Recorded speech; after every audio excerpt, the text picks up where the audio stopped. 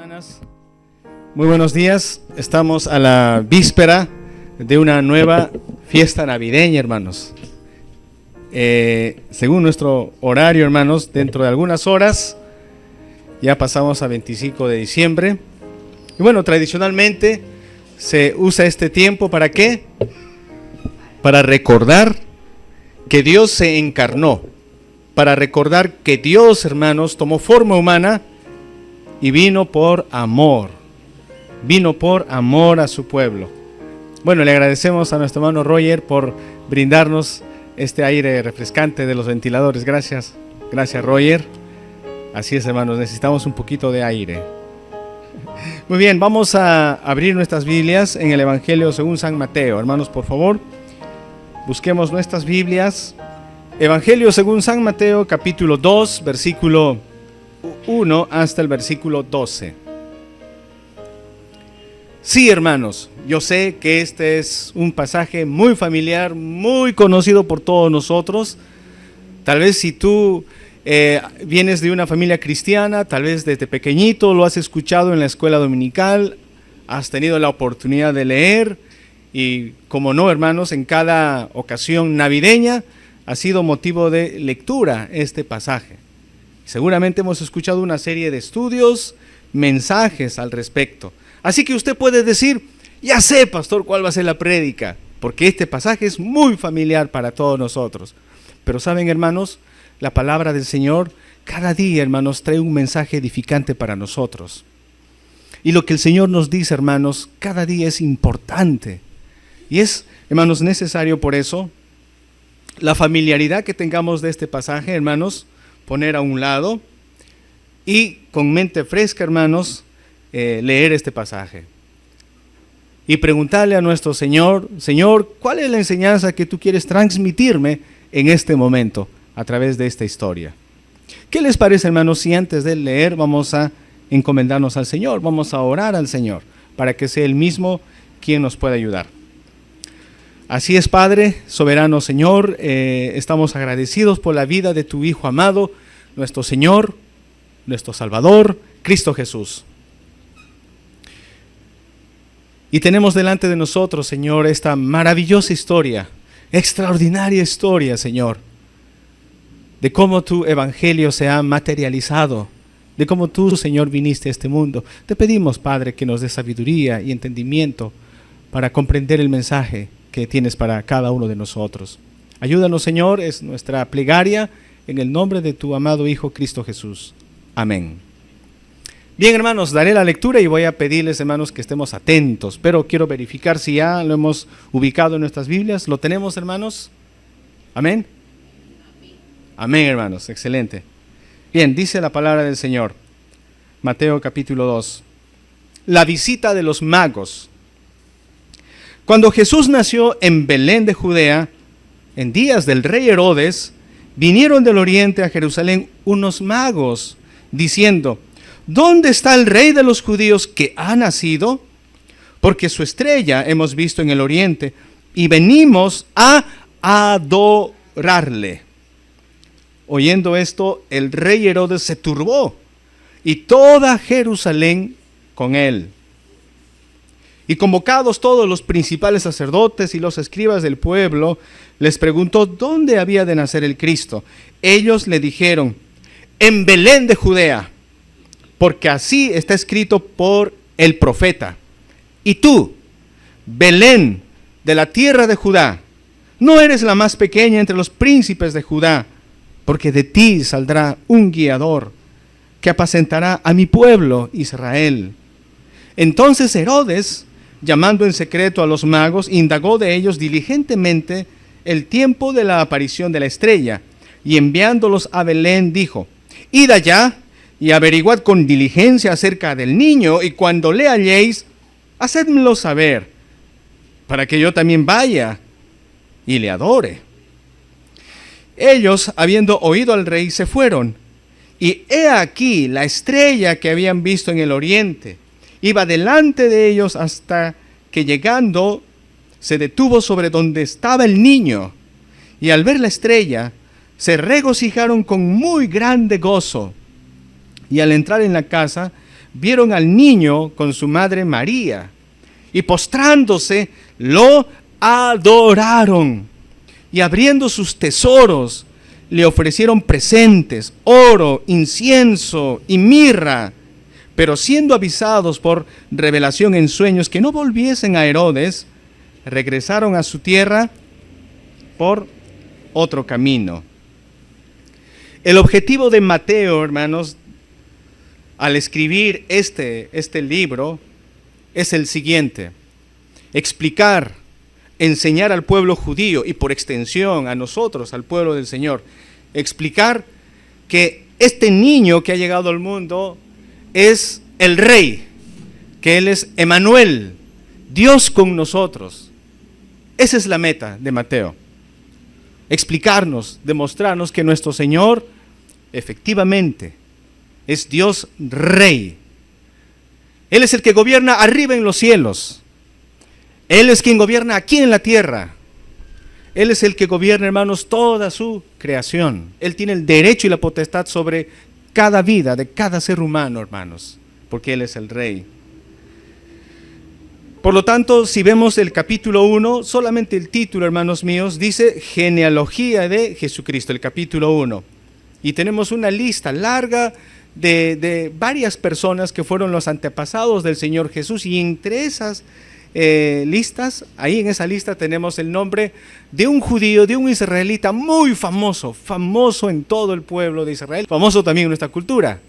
¿Quién es ese personaje famoso que de muchachito era pastor de ovejas? El rey David. Y Mateo conecta a Jesús con el rey David para demostrarnos que el Señor Jesús efectivamente desciende de David y por lo tanto es el heredero al trono, el auténtico y único heredero. Y no en vano aquí en el capítulo 2, Mateo también nos cuenta la historia de que había un rey que gobernaba en Judea en ese tiempo. ¿Y quién era este rey? Famoso también, por cierto, hermanos, pero no por buenas acciones, sino famoso, hermanos, por la sarta de cargos en su contra: asesinato, confabulación, homicidios y etcétera. Herodes, hermanos, gobernaba en ese tiempo Herodes. Pero llegaron unos sabios del oriente con el propósito de adorar a este niño que había nacido. Y le trataron como rey al niño, porque estos sabios del oriente, ellos fueron a buscar al rey que ha nacido. Entonces, hermanos, es muy claro que Mateo tiene el objetivo de enseñar a su iglesia, a nosotros. El Señor quiere enseñarnos que este niño que ha nacido en ese pesebre, allá en Belén de Judea, hermanos, es Dios. Él es el Rey. Él es el Rey que nosotros necesitamos. Él es el líder que tú y yo necesitamos. Él es la cabeza de la iglesia, hermanos. Él es nuestro Señor. Bien, el título de nuestra meditación en esta mañana es Jesús, el Rey que ha nacido. Tenemos 3 enseñanzas para nosotros. En primer lugar, hermanos, Jesús es el Rey, y esto lo voy a decir con un tono de tristeza. Jesús es el Rey no esperado. Jesús es el Rey que su pueblo no estaba esperando. Jesús es el Rey que ha nacido, pero su pueblo no tenía interés en nuestro Señor Jesús. Su pueblo estaba totalmente indiferente a nuestro Señor Jesucristo, porque según la lectura que acabamos de realizar, hermanos, había una comitiva de bienvenida para recibir al Rey que venía, al Rey prometido desde Génesis, al Salvador, al Mesías que el pueblo de Israel necesitaba, por quien suspiraban y clamaban, hermanos, por siglos. ¿Había alguna comitiva de bienvenida? Había, hermanos, pancartas de bienvenida, globos de bienvenida, una fiesta de bienvenida, hermanos. Seguramente los sacerdotes estaban ahí a la expectativa, todos listos para recibir al Rey. Seguramente los fariseos estaban esperando, los saduceos estaban esperando. A lo mejor Herodes estaba preparándose, hermanos, para tener un cuarto hermosísimo para el Rey. ¿Así era, hermanos, la realidad? No, amados hermanos, con tristeza podemos ver esto. Jesús es el Rey que su pueblo, su propio pueblo, no esperaba, indiferentes. Ni sabían que había nacido el Señor Jesús. Pero lo paradójico de todo esto, hermanos, lo paradójico de todo esto es que Jesús es el rey que unos gentiles estaban buscando. Es el rey que necesitaban gentiles. ¿Y quiénes son estos gentiles? Los magos. No sabemos si eran de Caldea, si eran de Persia o de Babilonia, pero la Biblia dice que eran personas del Oriente. Gente de otra cultura, gente de otro contexto religioso, gente que por ahí tendrían alguna vaga información acerca del Mesías de los judíos, posiblemente porque tal vez los judíos que vivían en esa zona les habrían transmitido a estas personas, y tal vez por eso ellos se informaron y sabían algo de este Mesías que los judíos esperaban. O a lo mejor, ¿se acuerdan de Daniel, hermanos? De este muchachito Daniel que fue llevado cautivo por Nabucodonosor a Babilonia, que logró convertirse en el jefe de los caldeos y los adivinos. ¿Se acuerdan de esa historia? Preciosa historia. Posiblemente tal vez Daniel tuvo la oportunidad de hablarles a la gente que estaba bajo su cargo de su fe en el Mesías. Y posiblemente la gente en ese lugar tendría algún conocimiento, alguna información, obviamente no sistematizada, no desarrollada, pero de todas maneras algo sabían. Y aquí vemos a estos magos del Oriente que, a diferencia y paradójicamente a diferencia del pueblo judío, ellos sí tienen interés en este rey. Ellos sí se tomaron la molestia de tomar un largo viaje de más de 1,300 kilómetros para llegar a buscar al niñito que había nacido. Mientras Herodes, los sacerdotes que están allí en Israel, se tomaron la molestia para ir a Belén, hermanos, para ver al niño que había nacido. No, hermanos míos. Por eso la primera enseñanza en esta mañana es que Cristo Jesús es el rey que no fue recibido por su pueblo, el rey que no esperaba el pueblo, y al mismo tiempo Jesús es el rey que el mundo necesita. Mateo entonces, hermanos, nos quiere explicar que Jesús no solamente es el rey de los judíos. Si Mateo nos cuenta la historia de estos magos que vinieron desde tan lejos, Mateo nos está enfatizando que Jesús es el rey del mundo. Que Jesús, hermanos, es el Señor del mundo entero. Y que gente de otro lugar, gente pagana, vamos a decir de esta manera, lo reconocen y se acercan para adorar a nuestro Señor Jesús. En Mateo 8:11 dice algo muy importante que quiero leerles, hermanos míos. Mateo 8:11, estas son las palabras del Señor. Él dice: y os digo que vendrán muchos del oriente y del occidente, y se sentarán con Abraham e Isaac y Jacob en el reino de los cielos. Jesús dijo, vendrán muchos del oriente, del occidente, se van a sentar. Sí, se van a sentar. Y aquí, hermanos, ya tenemos una prueba de esto. Gente del oriente que se acerca a buscar al rey. Por cierto, hermanos, según la tradición, no está en la Biblia esto, pero según la tradición nos dicen que eran 3 reyes magos. Pero ¿realmente eran 3 los que habían ido a visitar al niño Jesús? La Biblia, hermanos, hasta donde hemos leído, no nos dice la cantidad exacta de estos magos. Es más, la Biblia ni siquiera dice que eran reyes, eran solamente magos. Y quiero darles algunos detalles sobre estos magos. Los magos, hermanos míos, eran eruditos, eran hombres de ciencia, eran guardianes de conocimientos antiguos. Los magos en ese tiempo eran los consejeros de los reyes. Y básicamente ese era el oficio de estos magos. No eran reyes, eran consejeros, eran hombres sabios, eran hombres poderosos, eran hombres que vivían en la corte de los reyes, que estaban dedicados a trabajar con los reyes. Por cierto, también eran expertos en astronomía, ¿no? Y también, hermanos, miraban las estrellas y todo ello. Los historiadores nos comentan, hermanos, que estos magos cuando viajaban largas distancias, por lo general, dice que llevaban una escolta militar. Algunos dicen que incluso podrían llevar hasta 1,000 soldados. Eso nos explica, hermanos, que estos magos no eran personajes sencillos y pobres, eran gente realmente poderosa, gente de gobierno, gente importante, gente que obviamente por su estatus social, ellos tenían guardaespaldas, ejércitos que lo acompañaban. Eso nos puede ayudar a comprender, hermanos, la actitud de Herodes cuando estos magos llegaron a Jerusalén preguntando, indagando, ¿dónde está el rey de los judíos que ha nacido? Hermanos, podríamos imaginarnos la cara de perplejidad de Herodes. ¿Qué, un rey? No me han informado. Y toda la gente en su corte, ¿rey? ¿De qué rey están hablando? ¿De qué me perdí? Y seguramente, hermanos, los magos también, un momento, pero se supone que ustedes deben saber que hay un rey que acaba de nacer. Señores, no me digan que no saben que hay un rey que ha nacido. Si hemos venido de tan lejos y ustedes que están aquí, ¿no se han enterado? Solamente trato de dibujar en palabras esto, hermanos, porque posiblemente ese ha sido el ambiente. Y además de todo ello, hermanos míos, si resulta cierto que estos magos viajaban con una gran escolta militar, hermanos, ya se imaginan cuando estos militares entraron a la ciudad de Jerusalén, ¿se imaginan cómo estaría, hermanos, Herodes?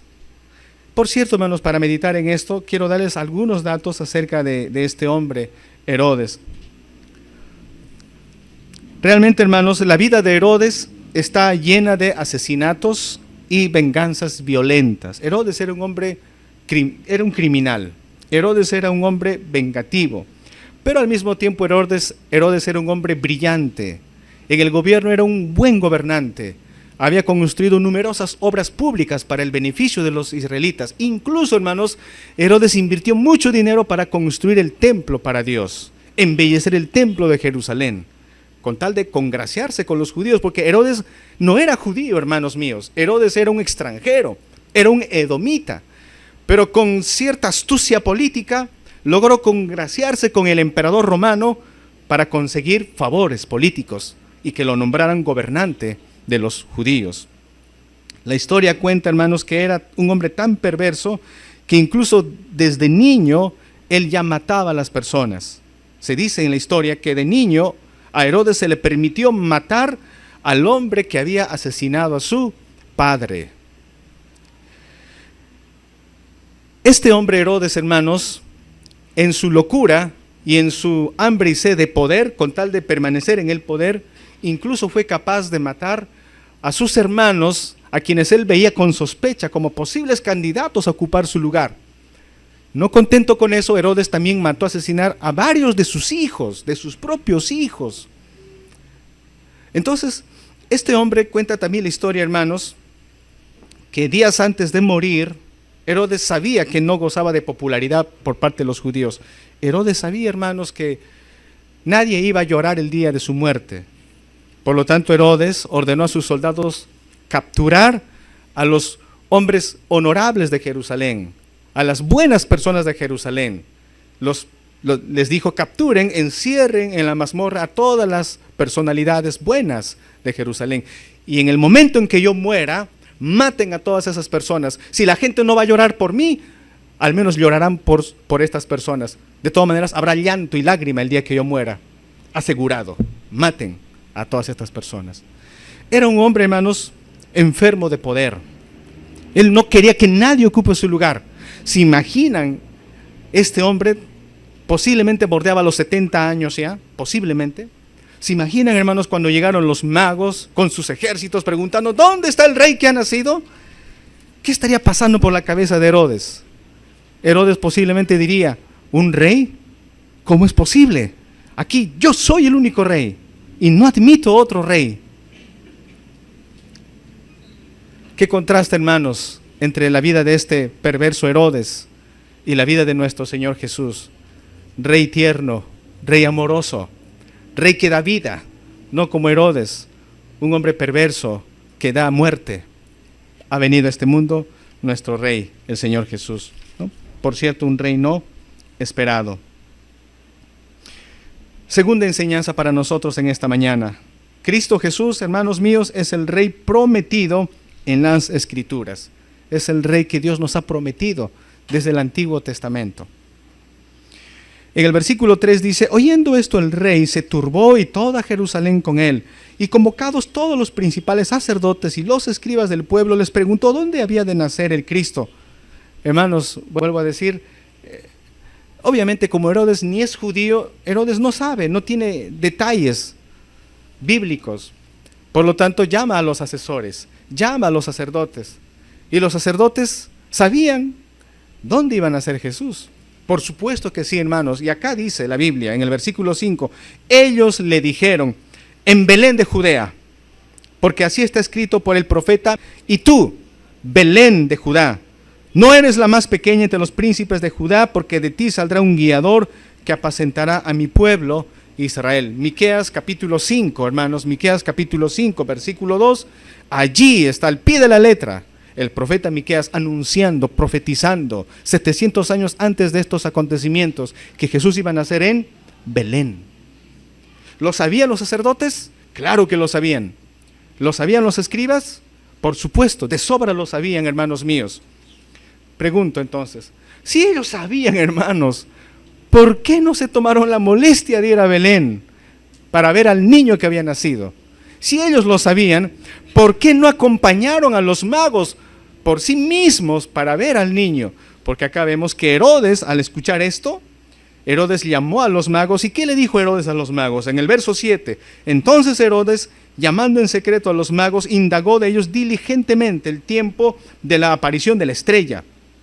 Y enviándolos a Belén, dijo, id allá, averiguad con diligencia acerca del niño, y cuando le halléis, hacedmelo saber, para que yo también vaya y le adore. Pienso que Herodes pudo haber acompañado a los magos, pudo haber dicho, caballeros, me uno a la búsqueda, vamos. Pienso que los sacerdotes pudieron haber acompañado a los magos a Belén, pero no fue así, hermanos. Simplemente le dijeron a los magos, vayan, averigüen, eso sí, averigüen bien, por cierto. No quiero información a medias, quiero información completa, averigüenlo bien. Me lo avisan, porque Herodes, miren qué mentiroso, ¿no? Porque yo también quiero ir para adorarle. Era mentira, hermanos. Herodes quería deshacerse del niño. Y sabemos la triste historia, que Herodes en su maldad mató a todos los niños de Belén, a todos los bebés en Belén. Pero la segunda enseñanza es esta, hermanos. Jesús es nuestro Rey prometido por toda la Biblia. Él es nuestro pastor prometido, porque la Biblia dice en el verso 6, la última parte, que apacentará a mi pueblo. Apacentará a mi pueblo. Tú necesitas un pastor. Yo necesito un pastor. Como iglesia necesitamos un pastor. ¿Y quién es ese pastor, hermanos míos? ¿Abel Carbopoma? No, rotundamente digo no. Él no puede ser. ¿Quién es ese pastor que tú necesitas en lo profundo de tu alma, de tu corazón?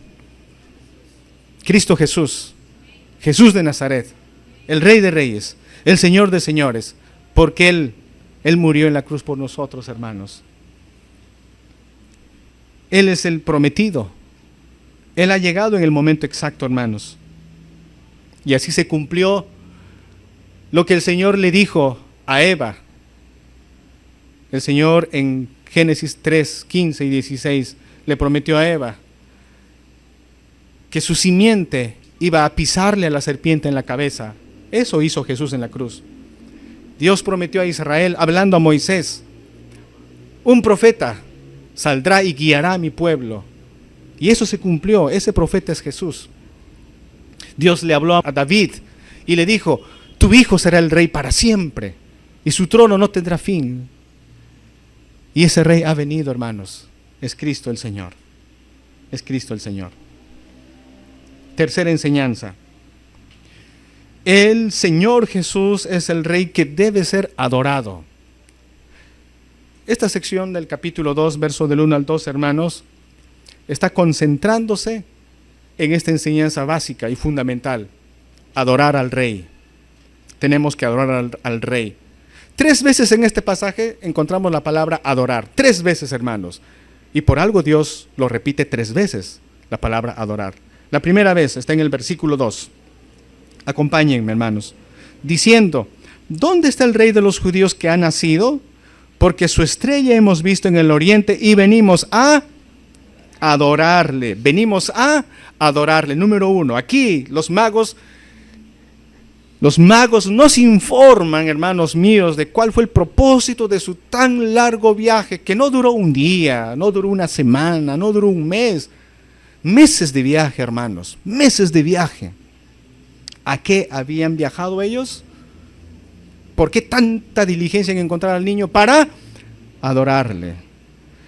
Y cuando Herodes, este malvado hombre con mentiras, dice, busquen al niño, ¿qué menciona Herodes? En el versículo 8, la última parte, dice, para que yo también vaya y le adore. Aún este perverso hombre dice, bueno, adorar, hay que adorar a ese rey. Miren, la segunda vez que encontramos la palabra adorar. Y la tercera vez que encontramos la palabra adorar, versículo 11, hermanos míos. Versículo 11 dice, y al entrar en la casa, vieron al niño con su madre María, y postrándose. Hermanos, yo me gozo al leer estas palabras. Pienso que tú compartes el mismo sentimiento que yo. Y postrándose, lo adoraron, se arrodillaron, hermanos.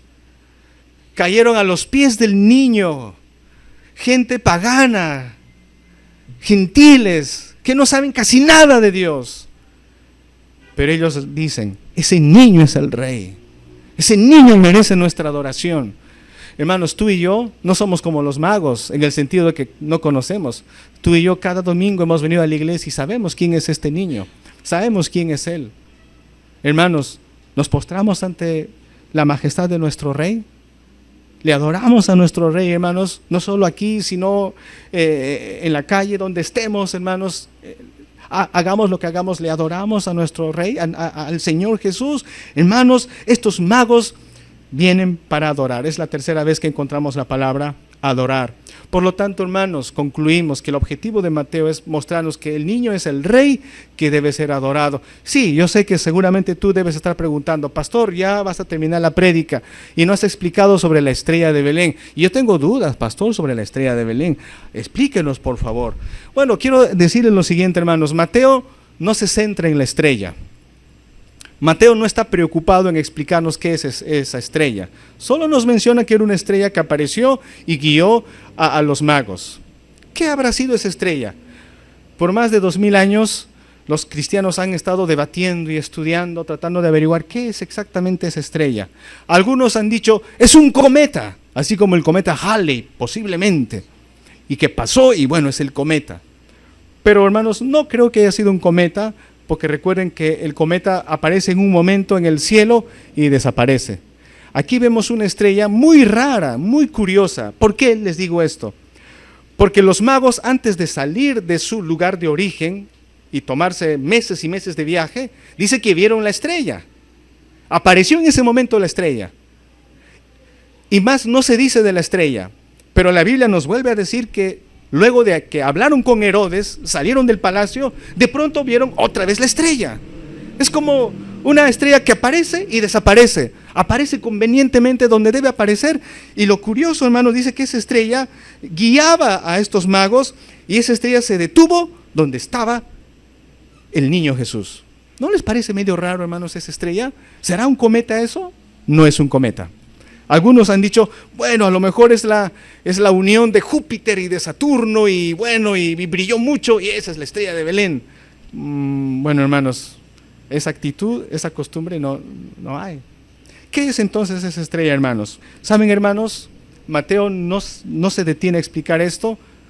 ¿Por qué, hermanos? Porque efectivamente esa estrella, hermanos, era realmente una luminaria, era realmente una estrella que Dios había utilizado milagrosamente para sus propósitos, para sus objetivos. Era realmente una estrella.